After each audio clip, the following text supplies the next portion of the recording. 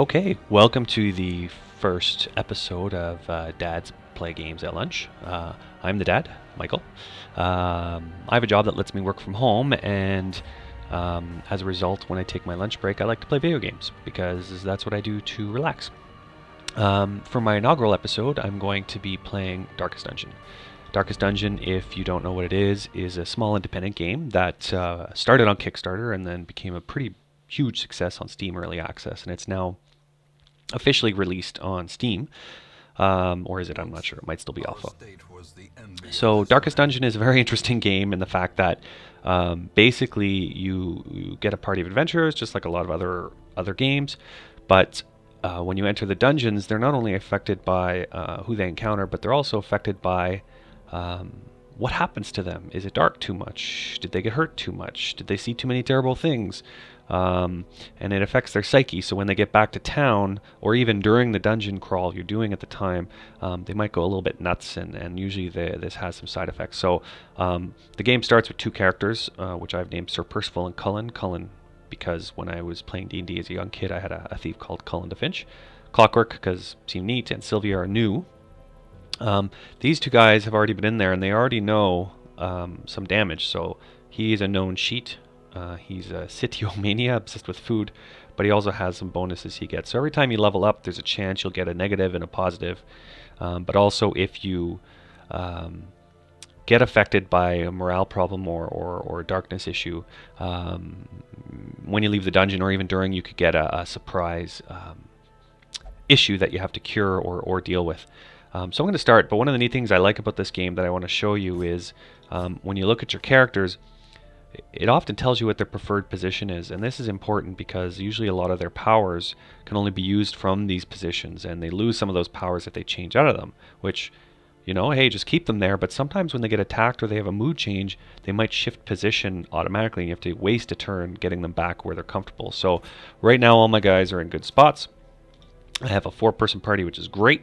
I'm going to embark, and it's probably going to go horribly wrong. So let's do this first dungeon crawl so you can watch me play Darkest Dungeon.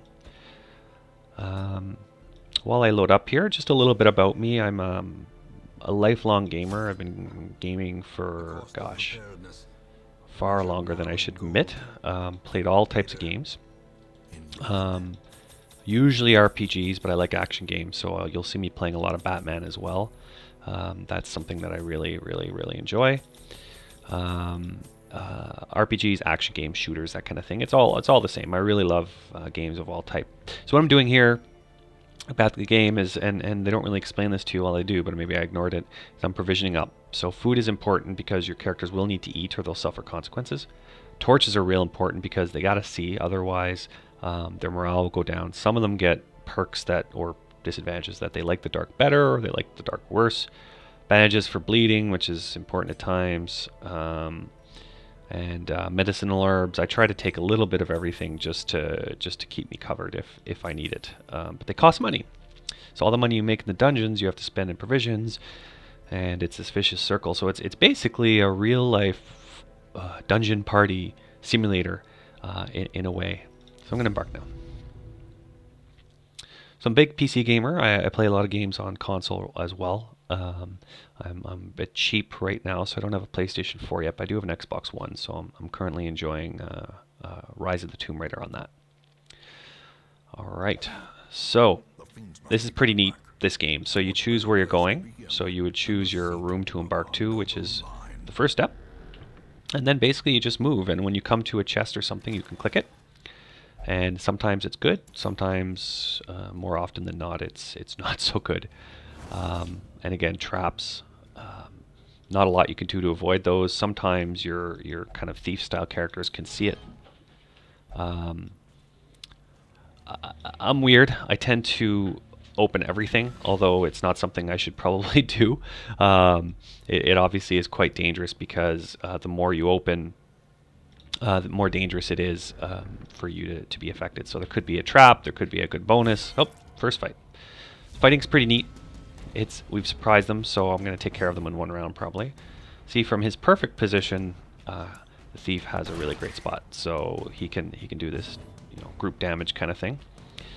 I think Noxious Blast is a good one because that's going to hurt that one. And Blight It, which is a terrible thing. This is your standard warrior.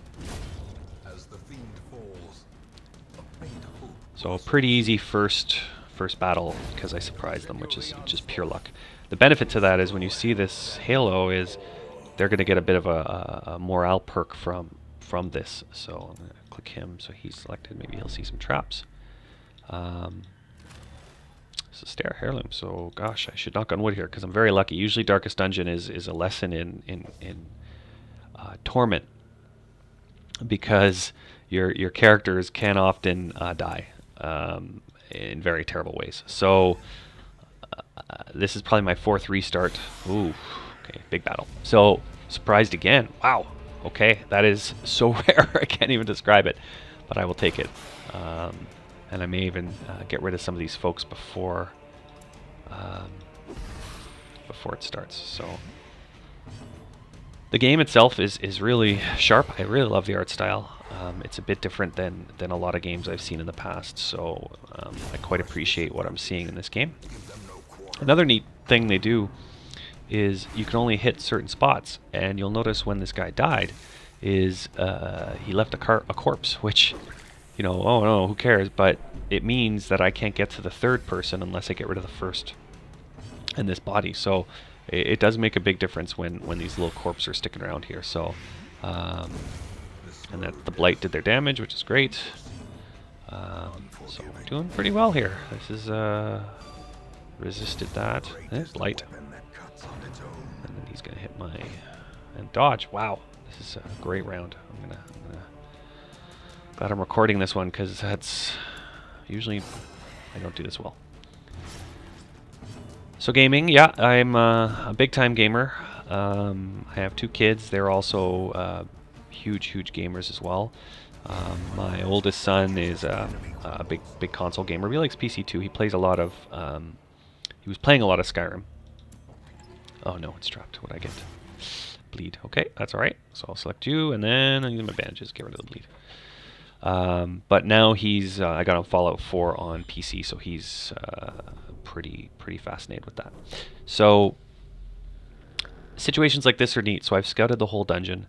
And it shows me, you know, there's something I can pick up here, there's a fight, and then other things to pick up here. So you notice you have to complete 100% of room battles in order to finish this quest. So I have to get every room.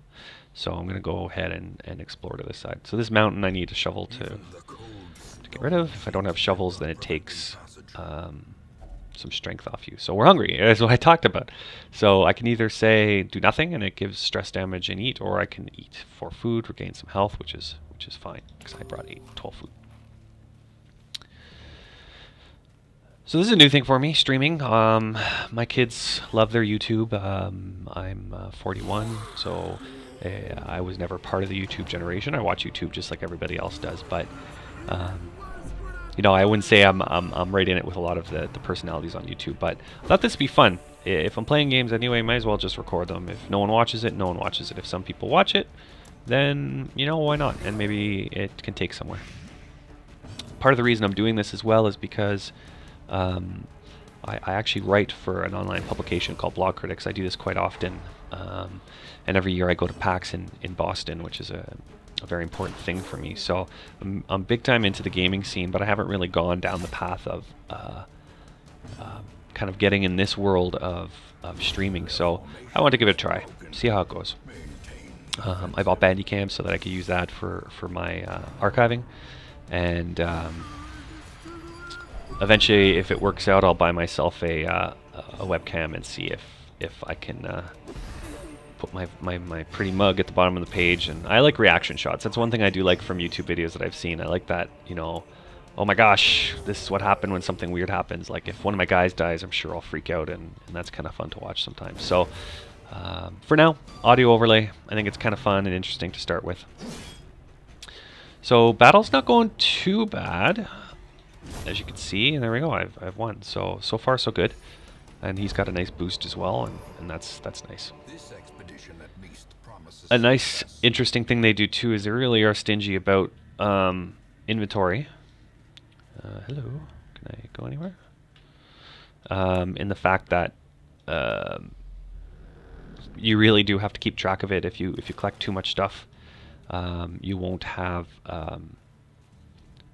room for so you have to get rid of it. You notice it's getting darker. The graphic technique they used for it is pretty cool, and some people, it will really affect them when they get hit. If it's dark, they'll be a lot more scared than they would if there was no darkness there. So it's a pretty neat mechanic.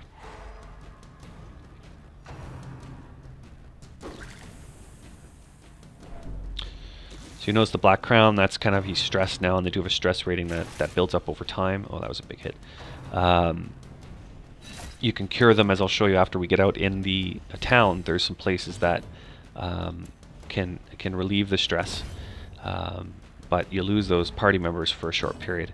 So it's something you kind of have to pick and choose how you're going to do it.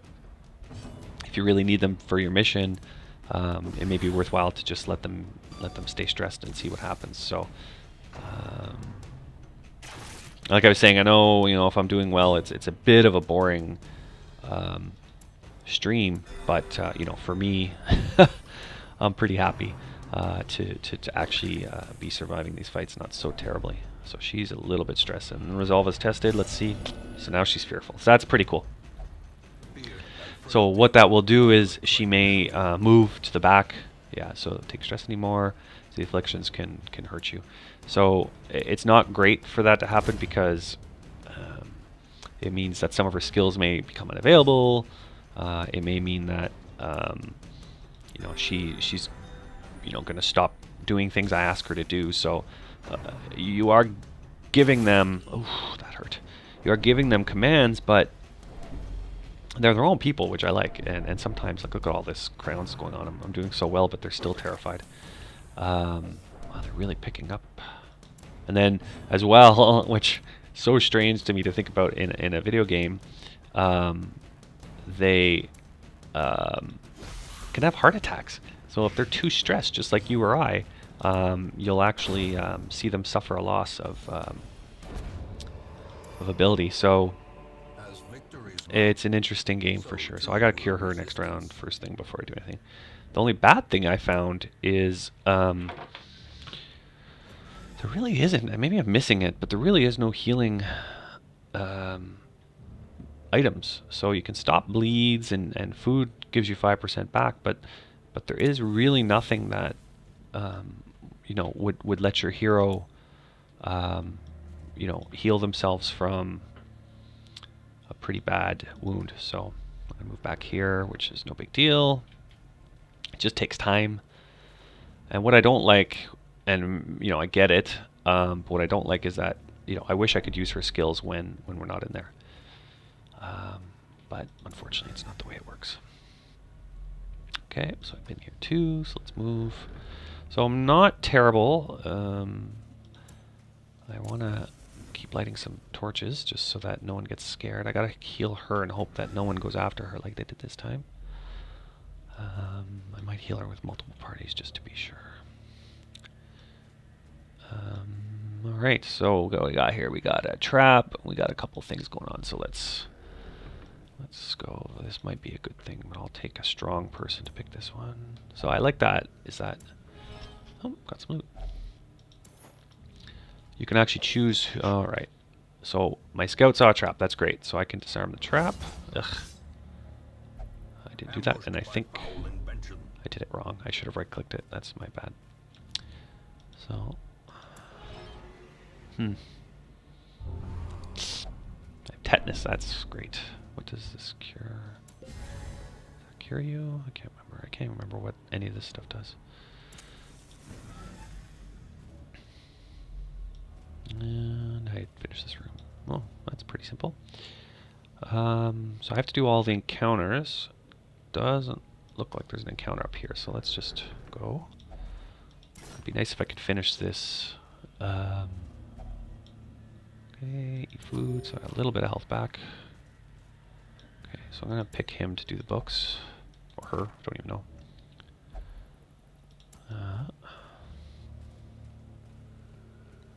Like the scouting, because you kind of get the freedom of knowing that you're going to be okay. So this is my idea for them. The streams I'm going to do. Sometimes it'll be a bit crazier than others. This is just a hella fun game, so I just wanted to play Darkest Dungeon just to kind of show what goes on, and it, I really encourage everybody, if anyone watches this, this is a game that should be picked up. Like I said, it's a pretty small developer that made it. The art style is just awesome. It really feels like a dark a dark gothic dungeon feel. Like honestly, it's some games are quite glossy and you can tell that it's a AAA Ubisoft team that worked on it. Oh gosh, I got blighted too. It's okay, we're almost done. But this game has just got this charming appeal to it that I really like, and I think that's going to be the end. Oh, big fight, of course. So I hope I can get it in turn with that secure self. So I'm going to do the Noxious Blast. Light, that's awesome. Go ahead, attack him. My turn, which is great. Securing Blight. Do I have Anti-Venom? I don't think I do. I do. I'll Anti-Venom you. And I'll do that. I love that gunshot. I'm presuming when I get better weapons later, I'll do a much more powerful Bloodshot, but that one is just... No! Oh, crap. So, another neat mechanic. You don't die right away. You might have a heart attack, but you're at death's door, which means the next hit, if they're mean, will take you out. And I actually quite like that type of character because of the cure and the range damage that they can do. So once she gets a chance, I'm certainly curing her. Crit would be nice, but it didn't. So that's good. Let's get rid of this big guy if I can. Nope. New round. Good. So I'll do Noxious. I'll do that. Plague each of them if I can. Okay, so Blight's good. Hero's bleeding, so I'll cure that. Oh, come on, really? Ugh. So that's a stressful incantation, which will obviously give me some stress, which no one wants. So she's going to cure again. So she's keep her up, so she's a die crit. Nice. Whenever you do a critical, if you noticed, you get a bit of a bonus of your psyche, so that's great because every little bit helps. So maybe I can finally kill this guy because he's a bruiser. That's great. She's dead from Blight. Awesome. This is how life is taken. Okay, multi-shots. That's good. So you notice the corpse can be damaged, which... Thanks.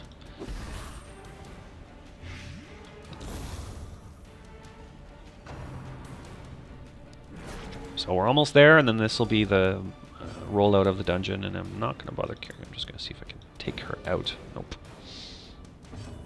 So like I mentioned, corpse gives you a blockage, so if you could only hit the front guy, you'd be stuck, but there we go. Beautiful. Lots of loot, which is great.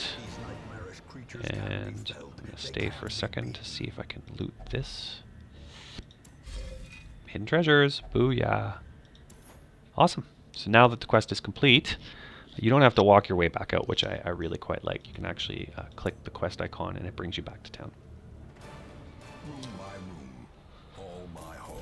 Alright, so it's going to show all the loot I got, which is great, because it builds up some extra cash as well. So see, look at all the cash. That's going to help. I have to look into it. I honestly have no idea what these heirlooms do. if I can sell them, if it's just something I need to go for the game. Now here we go. This is the neat stuff. So let's see what happens to each of them. Some of them are going to level up. So he's a beast hater. That's great, but he's obsessed with material things. Okay. Bloodthirsty.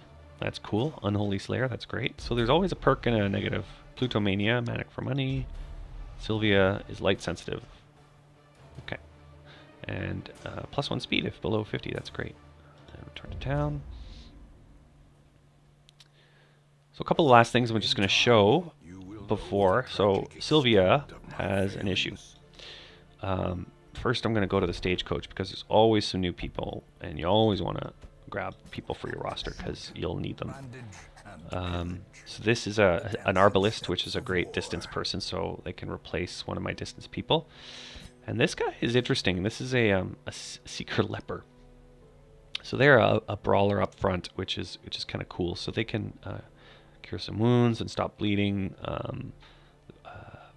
You know, they have a self heal, which is actually pretty strong, and hew, some good melee attacks. So they're good for the front row as well. If Percival ever gets injured.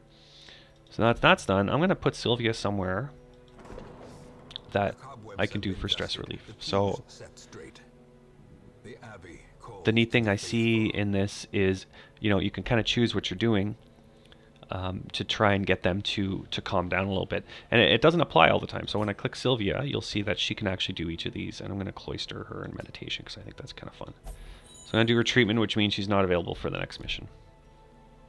And that's it. That's Darkest Dungeon. Again, this is something new I'm going to try. So today I did Darkest Dungeon. Tomorrow I'll probably try maybe some Batman, or I'm playing a lot of Assassin's Creed Rogue, honestly. I love the Black Flag. It was one of my favorite Assassin's Creeds, and I like Rogue a lot.